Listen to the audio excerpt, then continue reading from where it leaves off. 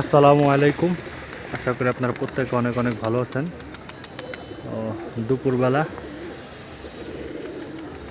কিছু সময় আগে কবুতরগুলো ছেড়ে দিছিলাম। বের হয়ে কিছু কবুতর উঠছে, কিছু কবুতর বসা ছিল। একটা কবুতর মাত্র উড়ে নামলো, আর কিছু কবুতর উঠতেছে। এই যে দুইটা নামতাছে উইরা। রোদ তো ক্যামেরাটা ফোকাস করতেছে না, ক্যামেরায় মনে হয় একটু ময়লা ঢুকছে। কবুতরগুলা গত বৃহস্পতিবার সম্ভবত বৃষ্টিতে ভিজাইছিলাম। আজকে আবার বৃহস্পতিবার, বলতে বলতে এক সপ্তাহ হয়ে গেছে। তো কবুতরগুলো আজকে গোসল দিব, প্রস্তুতি নিছি। গোসলের পানির সাথে কিছু নাই, আইভারমেকটিনটা পানির সাথে মিক্স করুম চিন্তা করতেছি।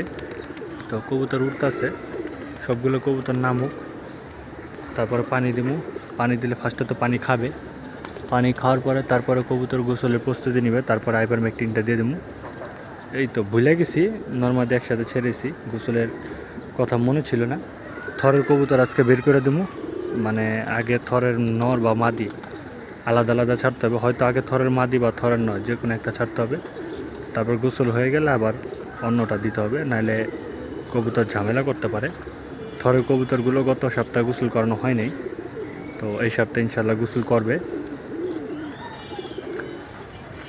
এই আর কি অবস্থায়, অল্প কটা কবুতর আছে, এগুলো নিয়েই পালতাছি। তো মাইদম নটটা আবার নিয়ে আসছি, 2-3 দিন হয়ে গেছে। তো একটা বিষয় দেখেন যে বাইরের থেকে কবুতর আনলে কী কী সমস্যা হয়। আমার মাইদম নটটা কিন্তু ফুল অ্যাক্টিভ। তারপরে এই যে কবুতরটা আরেক জায়গা থেকে নিয়ে এসেছি, যেখানে ছিল সেখানেও খুব যত্ন করছে। তারপরে দেখেন কবুতরটা এই যে ডান সাইডে চোখে চোখ উঠছে।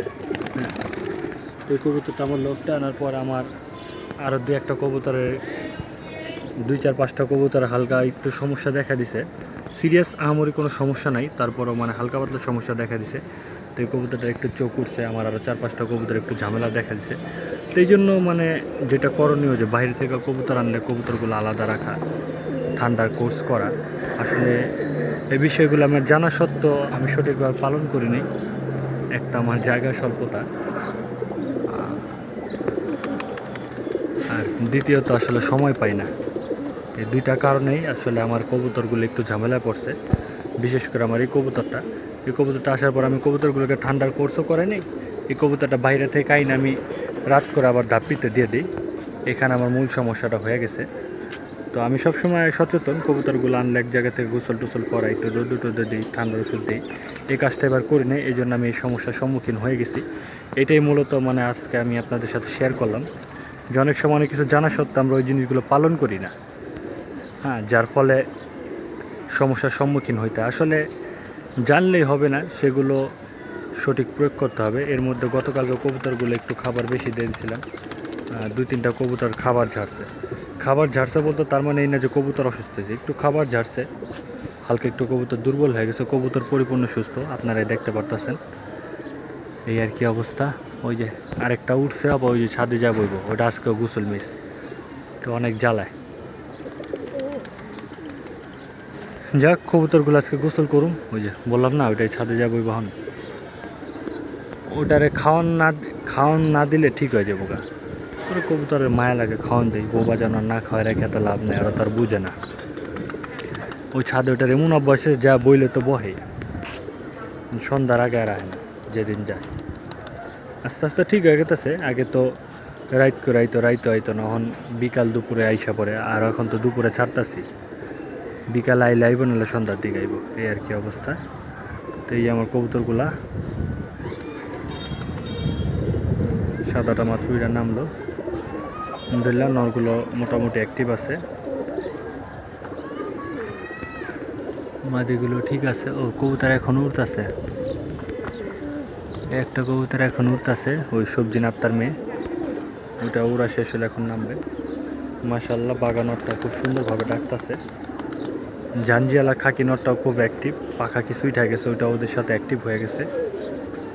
সিলভার নটটা পাখায় ব্যথা ছিল, এখন দেখি আস্তে আস্তে একটু একটু উঠতেছে। দেখি ওরে আবার ক্যালসিয়াম ডেল্টাসন কড লিভার দিয়ে আবার ট্রাই করতে হবে। আস্তে আস্তে ওর অবস্থার উন্নতি হইতেছে, যাক আলহামদুলিল্লাহ। তো এই আর কি কবুতর অবস্থা। তো এখন কবুতরগুলো গোসলের জন্য পানি দিয়ে দেয়, তারপর ইনশাল্লাহ আমি ভিডিওটা আবার কন্টিনিউ করতেছি। পানি দিয়ে তারপরে থরের নর কিংবা মাদিগুলো ছেড়ে দিতেছি। কবুতরগুলো গোসলে পানি দিয়ে দিলাম, আলহামদুলিল্লাহ খুব সুন্দর মতো গোসল করতেছে। থরের থেকে মাদিগুলো ছেড়ে দিছি, কিছু এখানে বসা কবুতর, কিছু গোসল করতেছে, বাকিগুলো এইখানটা ঘোরাফেরা করতেছে। তো 4টা কবুতর খাঁচায় বন্দি, একটা কবুতর পাক খোলা আছে, সেটার পাখা কাটা হয়নি, এই কারণে ওই মাদিটার এখনও ছাড়ি নেই। আর এই বাকিগুলো গোসল করতেছে। নর এখানে বসা, কিছু নর খুব ডিস্টার্ব করে, এই যে লুচ্চা নরটা, ও সরি মুসলদমটা, আর এই নরটা ছাড়তে ভুলে গেছি। অন্তরের মাদিটাও ওই দিনকার যেটা ছুটে গেছিল, আর ওই মাদিটা পাখা কাটা হয়নি, থরের মাদিটা। তো এগুলো ছেড়ে গোসল করামো, ভিডিওটা শেষ করে তারপর এগুলো ছাড়ুম। এগুলো এখন ছাড়লে প্যারা হয়ে যেতে পারে, এই কারণে এগুলো এখন আর ছাড়তাছি না। তো এখান থেকে থরের মাদিগুলো গোসল শেষ হয়ে গেলে সেগুলো ছেড়ে সেগুলো আটকায় দেবো। সেগুলো আটকা দেওয়ার পর আবার থরা থেকে নরগুলো ছাড়ুম, তখন থরের থেকে নর ছেড়ে আবার নরগুলো গোসল করামো। মুসলদমটা ছেড়ে দিই, মুসলদম তো আগেই বাসাই করা ছিল। তুইও যা তোরাও গোসল কর।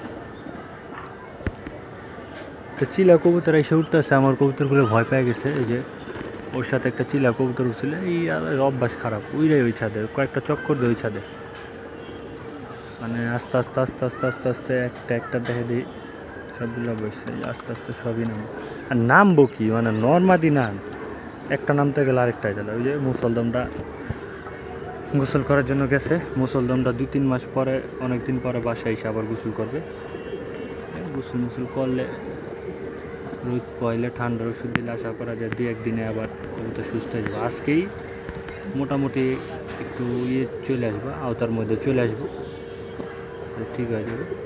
তো গরম অনেক, তো খাবার বেশি খাইছে, কিছু কবুতর একটু একটু করে খাবার ঝাড়তেছে, সমস্যা নেই, কবুতর সুস্থ আছে, ঠিক হয়ে যাবে। কবুতরের স্যালাইন পানি দিলে, ঠান্ডার ওষুধ দিলে কবুতরা ঝরঝর হয়ে যাবে ইনশাল্লাহ। ঠান্ডার ওষুধ দিচ্ছে অনেক দিন হয়ে গেছে, 1 সপ্তাহের বেশি, এর মাঝে আর ঠান্ডার ওষুধ দেওয়া হয়নি। আবার অনেক গরম, আবার সকালে থাকি না, পানি দেওয়া হয় না, একবার দুপুরে এসে পানি দেওয়া হয়, তো এই কারণে এই অবস্থা। আসলে সব কিছু মেনটেন করে চলতেছি, কাজকাম, পরিবার, কবুতর সব কিছুই চলতে হবে, খালি কবুতরের পিছিয়ে পড়ে থাকলে হইব না, সব দিকেই ঠিকঠাক রাখতে হবে। যাক আলহামদুলিল্লাহ কবুতরগুলো সুস্থ আছে, এটাই আল্লাহর কাছে শুকরিয়া। তো বাকি সবার কবুতরের কী অবস্থা সবাই কমেন্ট করে আপনাদের মতামত জানান, আপনাদের কবুতরের কী অবস্থা। অনেকের কবুতর হয়তো বা মোল্টিং শেষ হয়েছে, অনেকের কবুতর হয়তো বা এখনও মোল্টিং শেষ হয় নাই, অনেকের কবুতর দেখা গেল যে ছেড়ে দিলে একা একা উড়ে, বা অনেকের কবুতর উড়ে না, অনেকের কিছু কবুতর উড়ে, কিছু কবুতর বসা থাকে, অনেকের কবুতর আবার আস্তে আস্তে অটোমেটিক নিজেরাই চাকলা ধরছে, অনেকে আবার কবুতর চাকলা ধরাইতেছে একটু নাড়াচাড়া দিয়ে, এই আর কি অবস্থা। আর আমার কবুতর অবস্থা যেটা, সেটা তো আপনারা সবাই দেখতে আছেন, আমারগুলো কী অবস্থা। নটটা মাদির সাথে ডাকতেছে, কালারটা মাশাল্লাহ জোস হয়েছে, কিন্তু এমনি জোড়া দিলে আমার রেসিংটা আপডেট হবে না, এই কারণে এমনি জোড়া দিইনি। একবার চিন্তা করছি কালারের জন্য কবুতর এভাবে জোড়া দেবো, আবার চিন্তা করলাম না, এভাবে জোড়া দেবো না। শুধু কালারের কথা চিন্তা করলে হবে না, আমার একটু রেজাল্টের রেসিং লাইনের বাচ্চার দরকার। রেসিং লাইনের কবুতর আসলে পরে ইনশাল্লাহ আস্তে আস্তে সেগুলোর কালার আপডেট করা যাবে, কোনো ধরনের সমস্যা হবে না, সমস্যার সম্মুখীন হব না ইনশাল্লাহ। আগে রেসিংয়ের লাইনটা আমার আপডেট করতে হবে। তো কবুতর, আমার কবুতরগুলো দেখতে এরকম সুন্দর না, ইনশাল্লাহ আমি চেষ্টা করতেছি আস্তে আস্তে কবুতরগুলো একটু একটু করে মানে কালারগুলো আপডেট করার জন্য। আসলে কবুতর তৈরি তো উপরালাই করে, আমি চেষ্টা করব উপরালার দেওয়া এই কবুতরগুলো যেগুলো আমি দেখাশোনা করতেছি, লালন পালন করতেছি, তো সেগুলো যাতে আস্তে আস্তে কালার সুন্দর নিয়ে আসতে পারি ব্রিডিংয়ের মাধ্যমে, এই আর কি। সবাই দোয়া করেন, সবাই সবার আপডেট জানেন, আপনাদের কী অবস্থা সবার কবুতরের।